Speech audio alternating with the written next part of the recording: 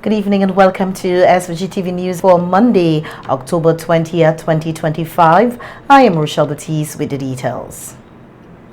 The SVG Med Services has discontinued the flash flood watch as of 12 noon today, which was in effect for St. Vincent and the Grenadines. However, an advisory remains in effect for residents and motorists in areas prone to flash flooding, landslides, and those located near rivers and streams.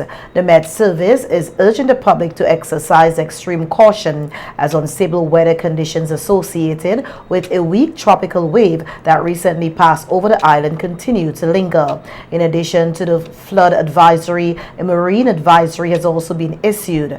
Small craft operators and seabaiters are advised to proceed with caution due to above normal sea swells and occasional gusty winds. Sea conditions are expected to range between 1.5 to 2.0 meters. According to the Met Services, a 6 p.m. forecast, St. Vincent and the Grenadines will experience generally cloudy, hazy, and breezy conditions with scattered showers, periods of light rain, and isolated thunderstorms likely. The next official weather update will be issued at 6 a.m. tomorrow, Tuesday, October 21st, 2025. In other local news now, we hear that $40 million worth of port equipment has arrived at the new port facility in capital Kingston as preparations continue for the port to become fully operational by next week. The equipment was transported from the Camden Park container port on Saturday by port workers in a symbolic and celebratory mood that saw Prime Minister Dr. Ralph Gonsalves and Minister of Urban Development Benava Brown riding atop some of the heavy machinery as it made its way into Kingston. Chief Executive Officer of the Port Authority, Carl James, said the newly installed equipment will significantly enhance the quality of service offered at the modern facility. So we did all our due diligence to ensure that the machines we purchased were fit for function and also would improve our environmental footprint, that they are cleaner and safer. If you look at the fleet of machines we have here, we've started incorporating electrical forklifts into our fleet. So we recognize that we need to be in a state where we are more environmentally conscious. However, as I mentioned, it's a business and we can't just run and purchase everything electrical machines. We need to tap into that cautiously, adopt the technology, become familiar with it, and determine if we're going to incorporate it more widespread. James added that the use of the equipment will increase efficiency and reduce the time it takes to offload and transport goods, ultimately benefiting businesses and consumers alike. You have various forklifts ranging from 3 tons to 6 tons, terminal tractors, low bed bomb carts, reed stackers, a crane, a brand new pilot launch. And you might want to say, well, why are you spending so much money on all this equipment? You have to understand that in the port industry, efficiency sells. And yes, sorry, I need $2.5 million container scanner. US, yes, US. So in the port industry, efficiency sells. So let's say, for example, you have a ship come alongside. What most people don't understand is that one of these ships that come alongside to offload containers, the operating cost ranges anywhere from $600 to $1,200 US per hour. So when we come here and a ship come alongside and we're going to be wasting 4 or 5 hours, that cost is going to be passed on to our customers. So when you ask why we invest in efficiency, so that we could pass on cost savings to our locals here in St. Vincent and the Grenadines. As part of the transition, capacity building and staff training in the operation of the new equipment have already been completed, ensuring that the workforce is well prepared to manage the advanced systems. Minister of Urban Development Benava Brown praised the port staff for executing what she described as a seamless and professional equipment transfer. She urged them to maintain high standards of operation at the new facility. I would also commend many of the employees who would have taken advantage of the various training resources that have been made available to you. The decision to dedicate yourself to improve your skill and service, it will pay off in the future, more on a personal but towards the development of the country. And I thank you for that. It's all about building capacity and creating opportunity here locally and ensuring that Vincentians are the one that drive the port and the new economy as we go forward. With the new equipment currently here, you're ready to assume the role. You're confident that this new facility is going to become the beacon of operational excellence in terms of maritime shipment. It will encourage us to move goods faster, safer, and more efficiently into the country. Meanwhile, Prime Minister Dr. Raul Gonzalez said he anticipates that the operationalization of the new port will contribute to a reduction in the cost of imported goods for Vincentian consumers. Itself, that boat might only be required to spend 5 to 6 hours. The less time the boat spends is the less the cost of the commodities which come off of the boat. And that should be reflected in savings for everybody, and all things being equal, delivering to the customer, to the consumer, something a little cheaper. So the efficiency of the port is important. The new port, which is being hailed as a transformative infrastructure project for St. Vincent and the Grenadines, is expected to officially open on Saturday, October 25th, 2025. Minister of Agriculture Supporter Caesar has emphasized that agriculture and tourism will be the twin engines driving the future development of St. Vincent and the Grenadines. Speaking at a youth summit hosted by the Prime Minister's Advisory Council on Friday, Minister Caesar noted that the country's economic landscape is undergoing a transformation similar to that of Ghana, where strategic investments in key sectors are reshaping national development. Caesar explained that this shift represents a critical opportunity for St. Vincent and the Grenadines to convert its agricultural and tourism potential into sustainable economic capital. He stressed that by harnessing the nation's natural resources, creative talent, and youth energy, Vincentians can play a more direct role in the country's growth trajectory. St. Vincent and the Grenadines is going to be agriculture and tourism. And you have, for example, in Grenada, you had more tourism and fish, because they have in the OECS the most profound planned and structured fisheries sector, because they had an international airport a long time ago. Therefore, what is it going to look like? And I heard the question from you, Mr. Chair, the value chains, how we're going to deal with issues touching on concerning climate change. But this period, and I want to close on this particular point. When we speak about economic development and planning, we must always keep in our minds that we live in a free and democratic society where we can't force anybody to do anything.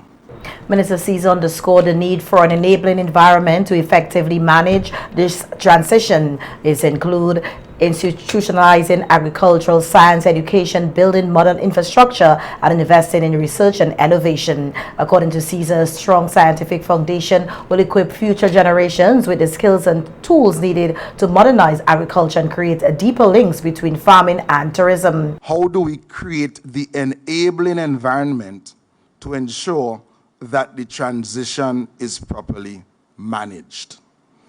So you had the international airport construction.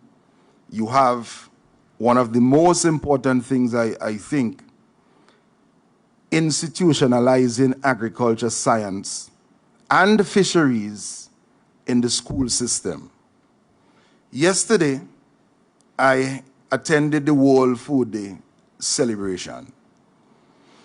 And the person who was cheered on the most from the stage was the agriculture science teacher for the girls' high school. That meant a lot to me. About 2 weeks ago, a week ago, I went to my alma mater, St. Martin's, and agriculture science was being introduced for the first time. And I'm seeing grammar school doing it, and you mentioned that, and I don't want us to slight that, because when you start to institutionalize the transition, you have a sustainable platform upon which you can have the evolution of what is to take place. He also drew attention to the growing involvement of young people in agriculture, calling it a promising site for agrotourism and rural entrepreneurship. He noted that several youth-led initiatives across the country are already demonstrating how agriculture can be both profitable and sustainable, especially when paired with the tourism industry. The work that we are doing now, number one, is removing the taboo for agriculture and fisheries participation by young people. At one time, not so many years ago, if persons or their father was a farmer or your father is a fisherman, then you were placed at a social level in the psyche of some persons.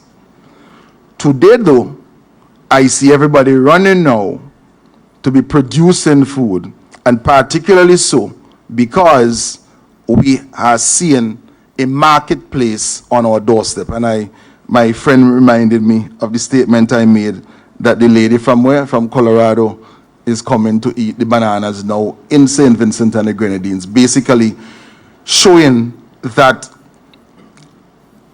as we all know, that tourism is an export which is consumed locally. He's encouraged young Vincentians to continue seizing opportunities in these sectors, highlighting that the integration of agriculture and tourism can serve as a foundation for long-term national development, economic diversification, and resilience against global shocks. Chief Health Promotion Officer Shanika John has underscored the vital role of emotional support and awareness in the early detection and prevention of breast cancer. Speaking on radio today, John explained that while early screening and detection are key to saving lives, the process can take a mental and emotional toll on individuals. As such, he emphasized the importance of having a strong support system throughout the journey, pointing out that early detection can be overwhelming emotionally and mentally. John said, hence the reason why support is important, not just from healthcare providers, but from family, friends, and the wider community. She noted that Breast Cancer Awareness Month serves not only to spotlight the issue, but to encourage greater education, early detection, and access to care. So this October is Breast Cancer Awareness Month. We're giving special attention to our independence celebration this week. So you will not hear a lot about breast cancer, but we will come back for a final setting next week. So every Friday we use the opportunity to just create awareness about breast cancer in general. And the whole idea of doing that is so that people, women in general, and men, of course, can become more aware and take action in terms of their breast health. And it's interesting because in Mental Health Awareness Week as well for October, one of the things that we really wanted to discuss and we've been trying to discuss in the different settings is the mental burden or the weight in which we carry when we talk about this early detection screening. Like, nobody talks about how nerve-wracking and how anxious a woman or a man may feel when they're going to do a test for the first time. And so it's important for you to get that sort of support where mental health is concerned. We don't want you to not see your healthcare provider because you're fearful and because you don't know what the outcome would be. John also highlighted that even in the absence of visible symptoms, individuals should still undergo routine screenings to monitor their health and detect any abnormalities early. And we encourage people, especially those who have no symptoms. So I've done my breast ultrasound. I had no symptoms, nothing was wrong, but it was part of me doing it. And I think I've heard the medical professionals say the best time for you to do these examinations is when you feel like nothing is wrong. Because you continue to keep that routine check and you know exactly what's happening. So that was really the idea of the Breast Cancer Awareness Initiative. We wanted persons, every time you saw a pink, whether it's a pink balloon, a pink ribbon, a pink bow, that you know it's time for you to get checked. And that's really what we were advocating this month. She urged the public to take personal responsibility for their health through education, screening, and emotional support, stressing that early detection remains one of the most powerful tools in the fight against breast cancer. Welcome back. In more local news now, we hear that the ruling Unity Labour Party, the ULP, held its second major rally in Calico last evening as candidates took to the stage to appeal to voters for a sixth consecutive term in office. Minister of Finance and Parliamentary Representative for East St. George, Camilo Gonzalez, who is seeking a third term, highlighted a series of completed projects and future plans for the constituency. He noted that under his leadership, the area has seen significant development and announced that a new secondary school and clinic are slated for construction during the party's next term in office. Going down to Enams. We're building B Street in Belvedere. We're building C Street in Belvedere. We're building the playing field in Background. We're building the Enams Wellness Center.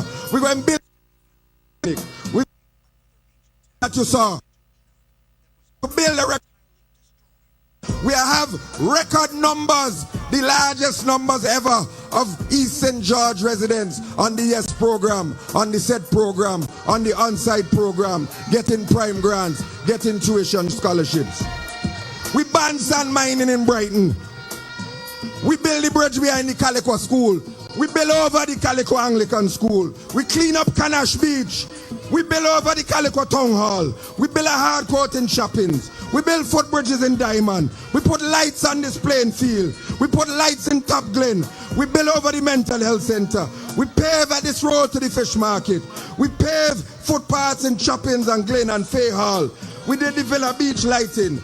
We attracted the St. James Medical School.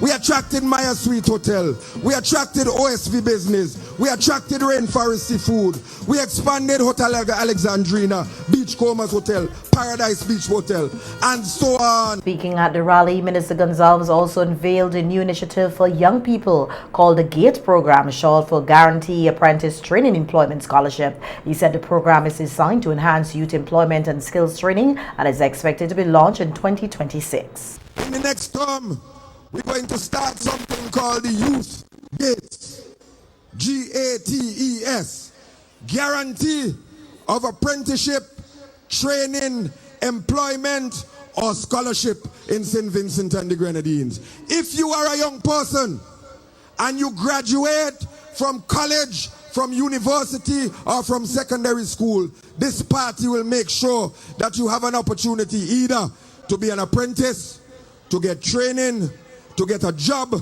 to get entrepreneurial support, or to get a scholarship to go to the next level. Any young person who said they have nothing to do, mean they don't want to do nothing, because this government will give you the opportunity to go forward. Meanwhile, Prime Minister Dr. Ralph Gonzalez expressed confidence in his party's chances of winning the Southern Grenadine seat in the upcoming general election. The ULP has seen increased support in the area following Hurricane Beryl, which struck the island on July 1st last year, causing widespread devastation. During his address, the Prime Minister emphasized the party's presence and performance in the area, particularly praising ULP candidate Siobhan Stewart for her role in coordinating post-hurricane relief efforts. We have here almost 40 persons who came from the Southern Grenadines since yesterday morning,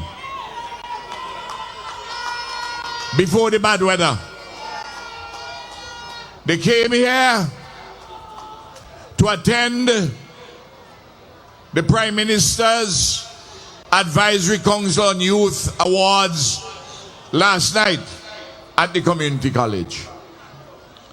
And I was happy to meet them there. And they have stayed on to attend this rally. We know that the Southern Grenadines has never been in the labor column. But on this occasion, we have the best chance of putting the Southern Grenadines in the labor column, and it is driving the NDP crazy. Prime Minister Gonzalez added that the government had completed most of the repair works on Union Island and pledged to continue rebuilding efforts if re-elected. And I want to tell you this. In the Southern Grenadines, in Union Island in particular, there were 1,300 houses in Union Island. We have already repaired or rebuilt over 1,100 of those houses. There are some houses which are still to be done. And those, like in the rest of the country, which ain't rebuilt before the election, I give you my word, my solemn word here in Calicut tonight, that they will be rebuilt as a matter of priority after the election. The Prime Minister tells supporters that the date of the upcoming general election will be announced soon, urging them to be prepared to head to the polls. Meanwhile, leader of the opposition and president of the New Democratic Party, Dr. Godwin Friday, is calling on Vincentians to thrive for self-improvement and national unity in pursuit of a brighter future. Speaking during a meeting in Bekwai last evening, Dr. Friday urged citizens not to settle for the bare minimum, stressing that meaningful progress can only be achieved through shared responsibility and a united vision. Look around our community. There is so much neglect. My colleagues talk about that in their own constituencies. And they have the bare face to come and say they're patching potholes here. You know the little stretch of road around by village apartment there where the root grow under the road and dig it up. First there was one and then there was another. And 25 years later, they're just patching it. They bring a team down from mainland, put them up in guest houses to patch the piece of road in front here. And a little piece going around Belmont.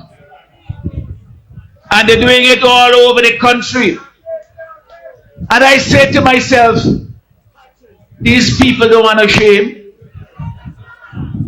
I mean, if you neglect it for the past 4.5, 5 years, why are you running to do it now? You don't think people are going to see through it? And I want our people to understand this. This government, the truth is they really don't care about people. What they care about is staying in power. And they will say anything. They will do anything to stay in power. Dr. Friday outlined 4 key pillars that he said would guide efforts to rebuild and strengthen the economy without increasing the national debt. These pillars, he explained, are aimed at promoting sustainable growth, empowering local industries, fostering entrepreneurship, and creating more opportunities for citizens to thrive independently. We have talked about the 4 pillars of the economy. When we say that, what we mean is that in government, we aim to reconstruct the economy of St. Vincent and the Grenadines. You cannot have a country that all you do as Prime Minister is go about and beg and borrow. That is not what Milton Cato and all those people who fought to bring us into independence. It is not the example that Sir James and Arnhem Eustace set when they were in government. We have a plan to rebuild the economy. And then we will deal with the things that you told us matter most to you. Creating jobs. Creating an economy that works for all of us, not just for some people. You want a healthcare system you can trust. You don't want to go into the hospital and wonder if you're going to come back out. You don't want to go to the hospital and you have to take your own sheet, your pillow, bring your cup and your spoon like you're going camping. That you want the infrastructure in the country to be fixed. The roads, oh good Lord, you see them here in our own community in Bekwai. Sometimes I don't even bother to bring them up to the people in the parliament. Because I've estimated it takes about 7 years before I raise something about a road somewhere, before something is done about it. In a trust and development on Bekwai, Dr. Friday also announced plans for improvements to community spaces and On the island, these include proposed upgrades to the area under the almond tree, a popular gathering spot, as well as enhancement to the playing field in Paget Farm. He said these upgrades will help create safer, more engaging environments where people, especially young people, can learn, play and grow. Here is what we have in store for us. I have plans for our community. I know the things that we need to get done. This wonderful space under the almond tree, we could do so much more with it. They come and they throw some tar down here and over there, you know, absolute lack of vision, no class whatsoever. We need to do better than that. We have in Hamilton one of the best sites for tourism down at, they call it Fort Hamilton, we call it Point Hill. And you go down there and somebody want to relieve themselves, they gotta go in the bush. We got to do better than that, so we'll fix that. Make sure we put washroom facilities there and them someplace for people to sell and be able to make $1. And the same thing down in Paget Farm. We have a wonderful playing field that Sir James left there when they built the airport. And the way he left it is the same place. In fact, it was now because the hard court, which used to have lights, the lights hanging there, and they could seriously hurt somebody if they fall at the wrong time. We will fix that back. The one that's up here, they build the stadium, they still the seats ain't put in yet, the lights not properly. All of those things need to be done to give our young people a chance to excel. We will do those things. I know the things that we need to get done here, and I will put them together in a little manifesto, a local one for our community. And I will share it out because I want people to see in writing what I plan to do and to hold me accountable to make sure that I deliver those things to you. That is what good governance is about. Dr. Friday closed his remarks with a call for national self-belief and cooperation, urging Vincentians to take an active role in building a stronger, more self-reliant nation.